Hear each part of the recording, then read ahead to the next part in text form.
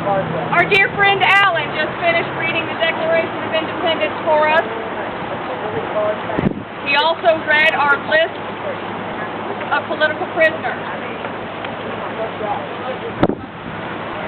I never thought in 48 years on this planet that I would see political prisoners in my nation.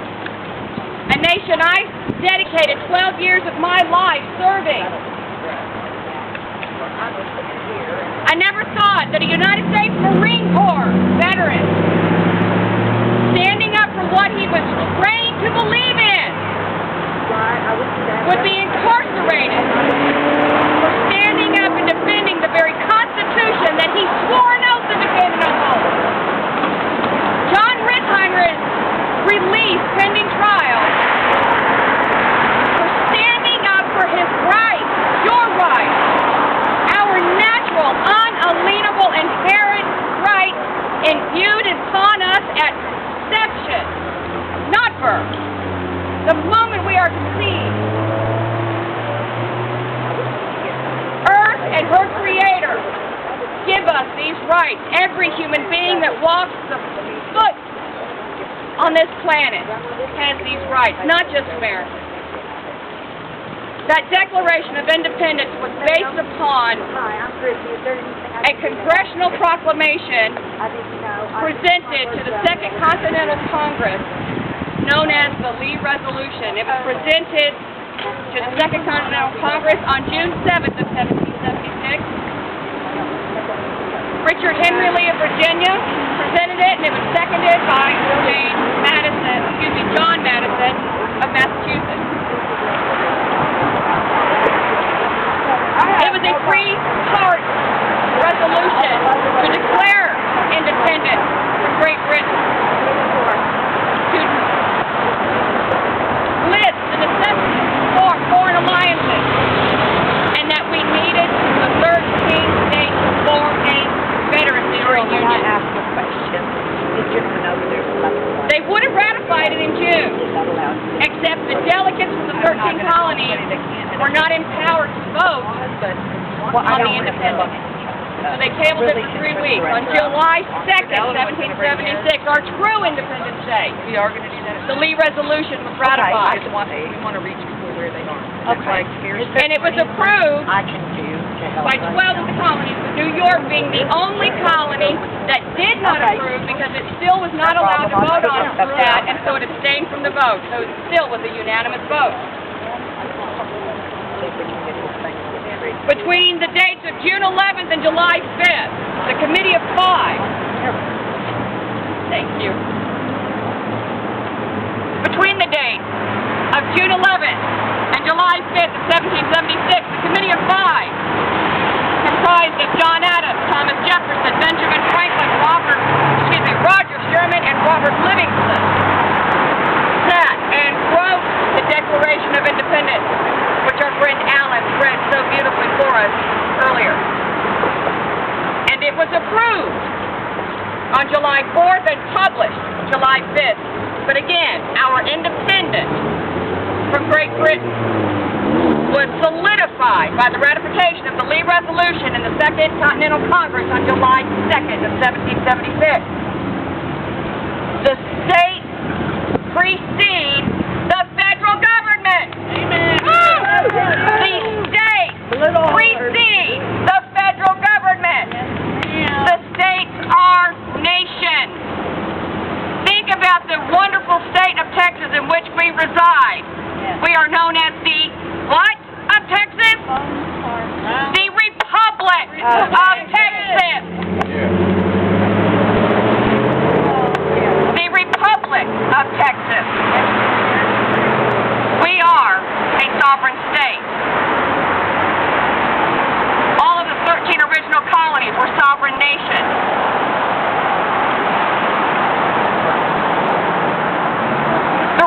The Lee Resolution was rather short, sweet, succinct, and to the point. Resolved, and this is going to sound very, very familiar. Resolved that these united colonies are and of right ought to be free and independent states, and states is capitalized, that they are absolved from all allegiance to the British Crown. connection between them and the state of Great Britain is and ought to be totally dissolved. Frankly, I would like to write a new resolution and call it the Signs Resolution, whereby all 50 of our independent sovereign states One of those pocket dissolve allegiance Constitution. to the District of Columbia. May I get one from You're you? here. Thank you. I was going to order The second part of the Lee Resolution, that it is expedient forthwith to take the most effectual measures for forming foreign alliances. right here. And finally, that a plan of confederation be prepared and transmitted to the respective colonies for their consideration and approbation. Approbation meaning approval. Official sanction and approval. Take note that the Lee Resolution and the Declaration of Independence were both written 11 years prior to our current Constitution being ratified. For 11 years, the federal government was not even a concept. It was not even in existence. There was no District of Columbia. There was no office of a president. The Continental Congress did not have an executive officer. I cannot stress enough that the states are first. And understand that a declaration, Here you are. synonyms being notice, bulletin, manifesto, or edict, is the act of declaring an announcement, a positive, explicit, or formal statement, a proclamation, a declaration, an edict, a manifesto, a bulletin, a notice of independence. The state simply said, we are independent.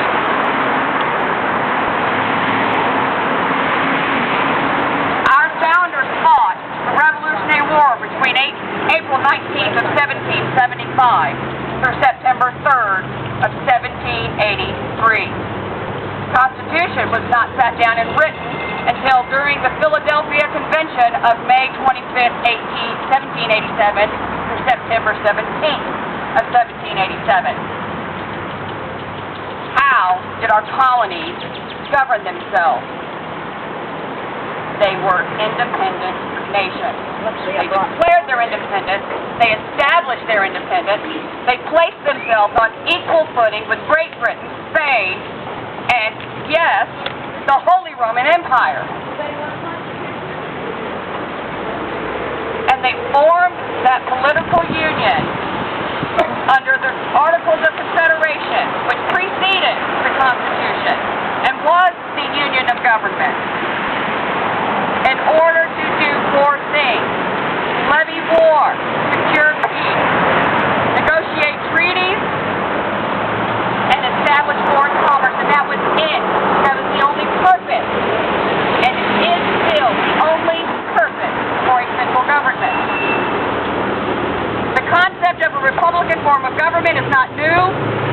It was based on Plato's Republic and other nations that had attempted a republican form of government but had failed, because instead of having free people with representation and allowing themselves to be free, they had emperors set over kings, and the kings had their own worries and concerns for their kingdom to maintain. If we were to say that the Republic of Texas, the state of Tennessee, or the Commonwealth of Virginia were not free and independent states, then we should well enough go to the now European Union and tell Germany, Spain, and France that they are no longer free and sovereign nations. And we will be laughed out of those free, sovereign nations. For they formed a union for political and economic reason and not for giving up their sovereignty.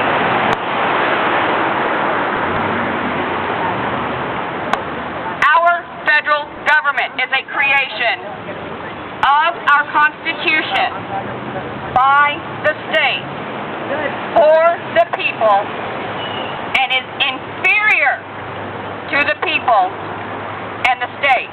Our federal government has no lawful, natural right, common law standing to charge any of these 26 men and women with made-up bullshit crimes. Amen. I agree. The state cannot be Let 'em go. a victim. There were no victims in this alleged crime.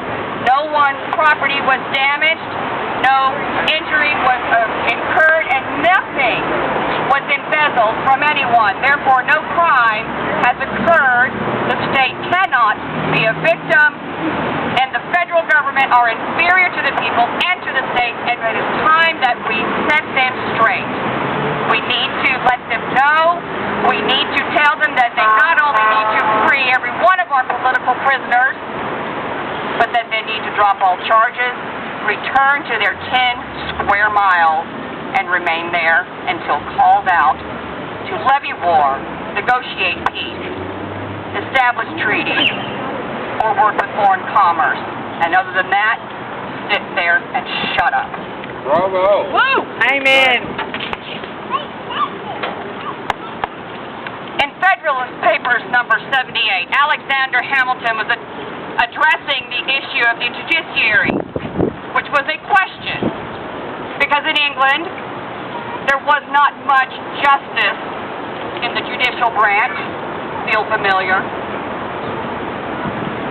So he said, there is no position which depends on clearer principles than that every act of a delegated authority, contrary to the tenor of the commission under which it is exercised, is void. No legislative act, therefore, contrary to the Constitution, can be valid. To deny this would be to affirm that the deputy is greater than his principal, that the servant is above his master, that the representative of the people are superior to the people themselves, that men acting by virtues of power may do not only what their powers do not authorize, but what they forbid. It is almost as if Mr. Hamilton had a crystal ball and was seeing into the future of what is happening today. Our representatives feel above us. In the United States Representative District 19, in which I and Cynthia reside, Representative Randy Nuggerbauer refused to provide more than 25 copies of the Constitution because he is retiring and could not see any reason to provide more than that. He does not represent us. It is his job as our representative to speak for us. He does not speak for us.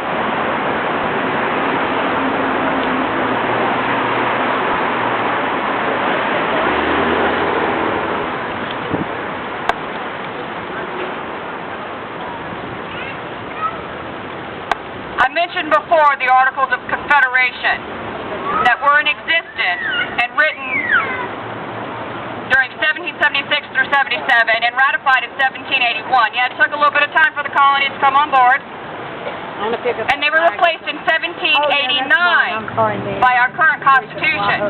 And yes, our Constitution was ratified September 17th of 1787, but it was not finally put into place until 1789. I should know better. I'm a military brat.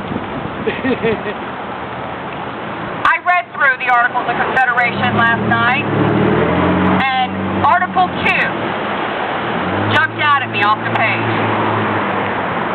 Article 2 of the Articles of Confederation is very important.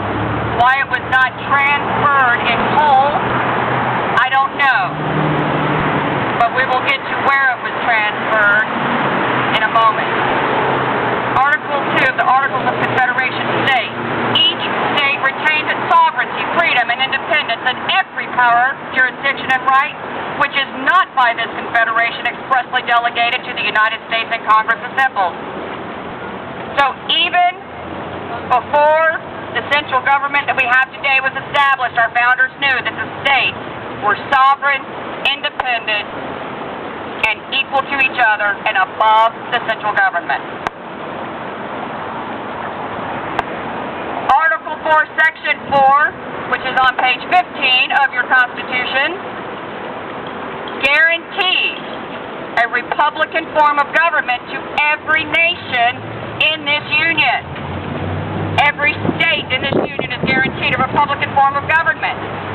And it furthermore goes on that we are to be protected against invasion and domestic violence by our federal government.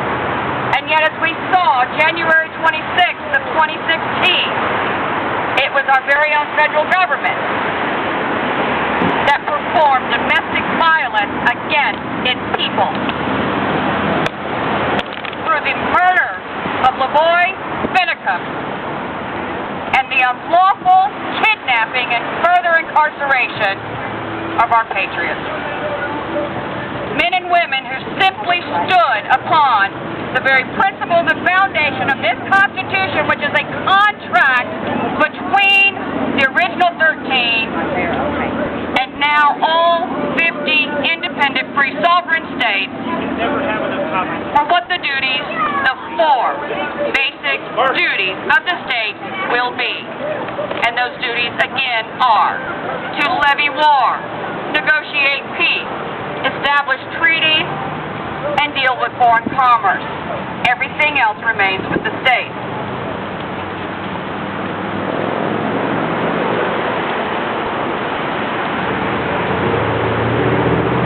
Our 10th Amendment is very, very clear. And this is where Article 2 of the Articles of Confederation were brought into our Constitution.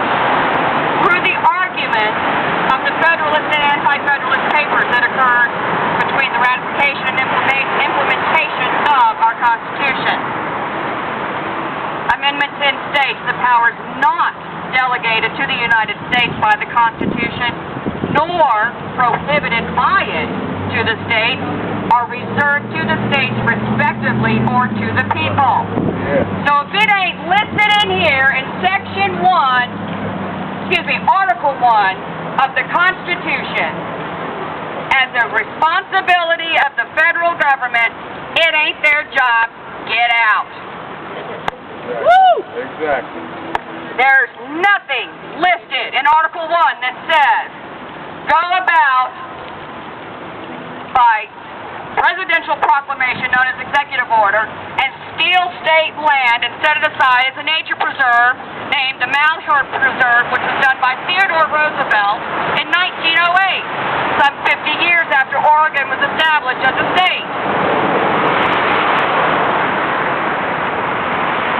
Every time a state attains statehood, it is given an enabling clause and is entered under what is called equal footing doctrine, which means it is on the same and equal status as the original 13 colonies of states that declared their independence on July 2nd of 1776. So the state of Oregon is equal to the state of Maryland, the state of Georgia, the state of New York, the state of New Jersey. And therefore, once it became a state, that formerly Western territory that was in the hands of the federal government for the sole purpose of clearing the Revolutionary War debt by the selling of that Western territory to create new states, any unsold land was given to Oregon. It belonged to Oregon.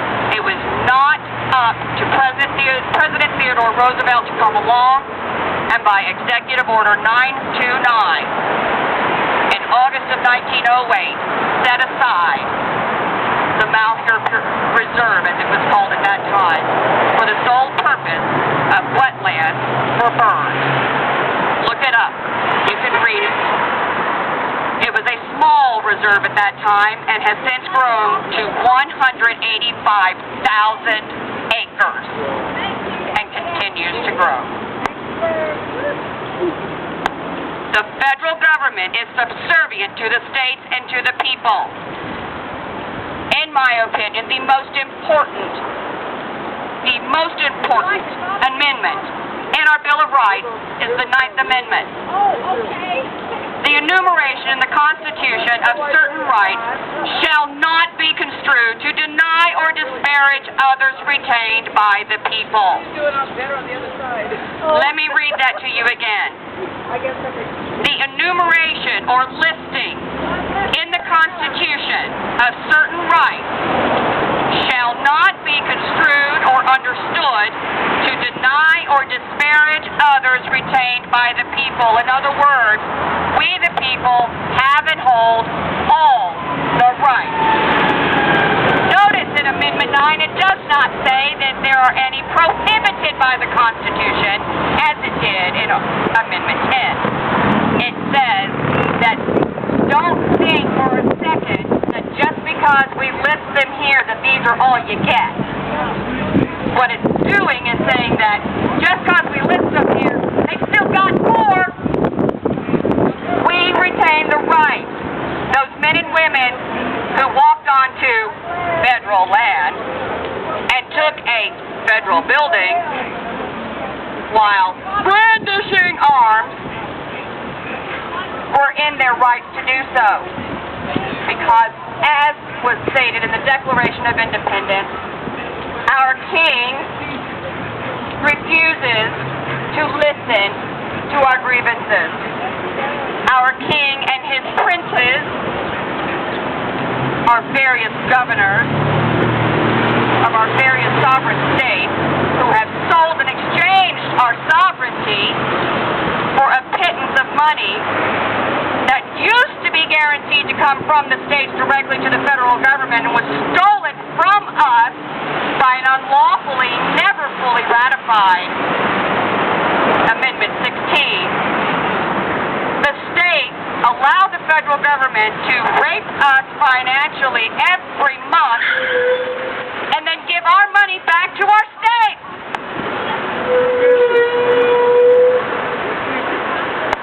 So again, I say, Amendment 9 is the most important amendment because we, the free, independent, and sovereign people, hold all the rights. We hold all the cards. We, the people, in order to form a more perfect union, establish justice, and ensure domestic tranquility, provide for the common defense, promote the general welfare. And I cannot go on, because all of this has been twisted and used against us to establish a federal government that has not only stepped outside the bounds of its Constitution, but has stepped outside the bounds of all reason, all natural law, all divine providence, and has become worse than any British monarch in history. Even King Henry VIII appealed to the Pope until he got tired of Catherine.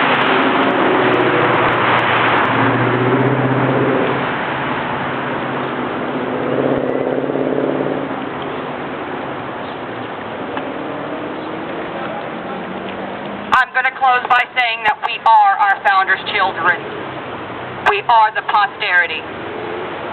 We are the 1% here, standing here today, remembering a man who laid his life down for his brethren and for other men and women who were willing to literally pledge their lives and their fortunes for our liberty.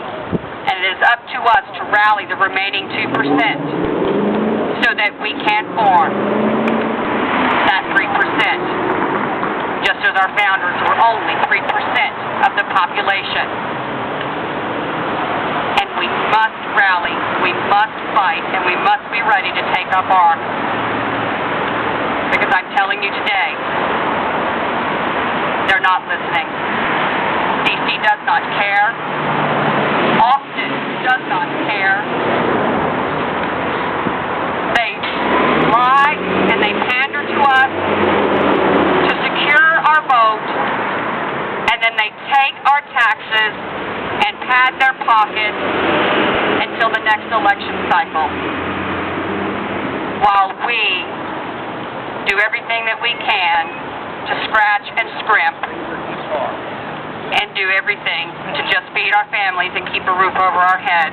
And if you're like me, a veteran, disabled, fighting the very agency that owes her money, that pays her a whole $133 a month to live on, is forced to rely upon housing and urban development for a home and Lone Star card for food, and is made to feel every time that the mail is opened that she is a vassal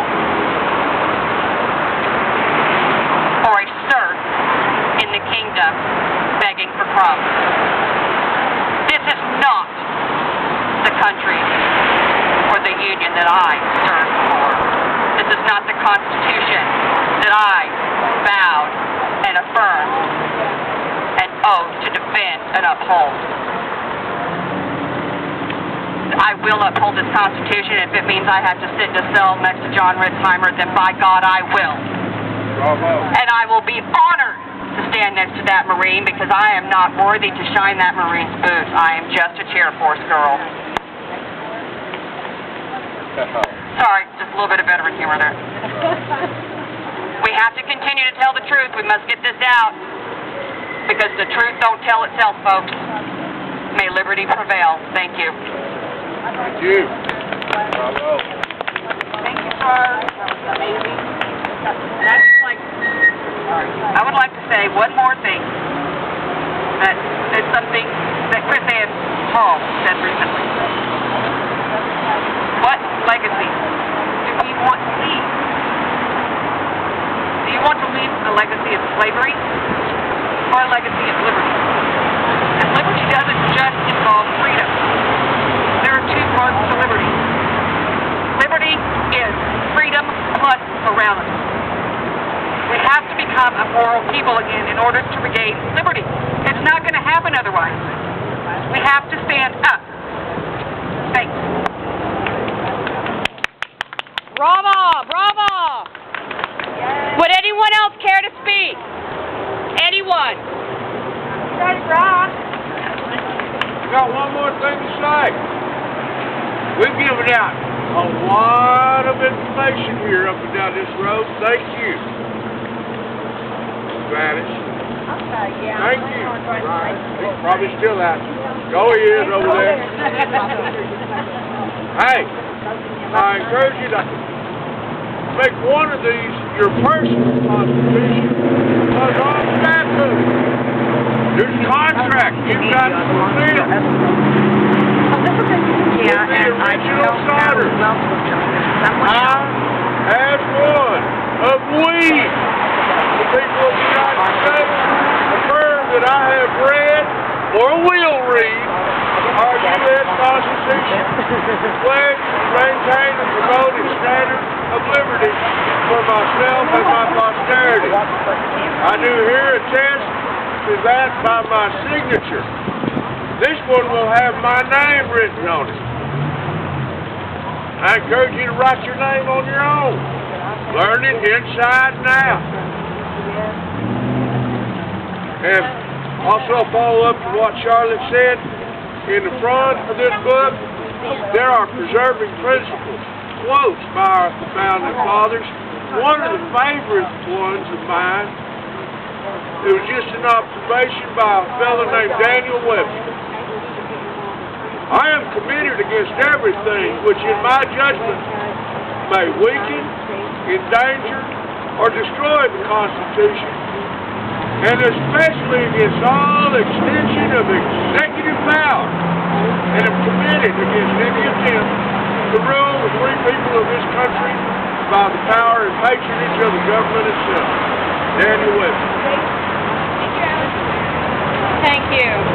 Would you care to speak, Gladys? I just want to say that doing my family research, I discovered that land was over in the 1700s, and they fought in the Revolutionary War. Yes. And I cannot,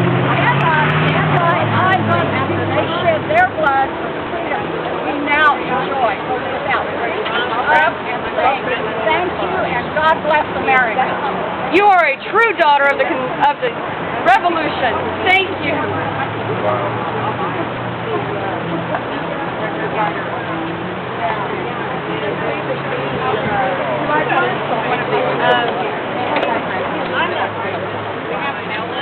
Anyone else care to speak?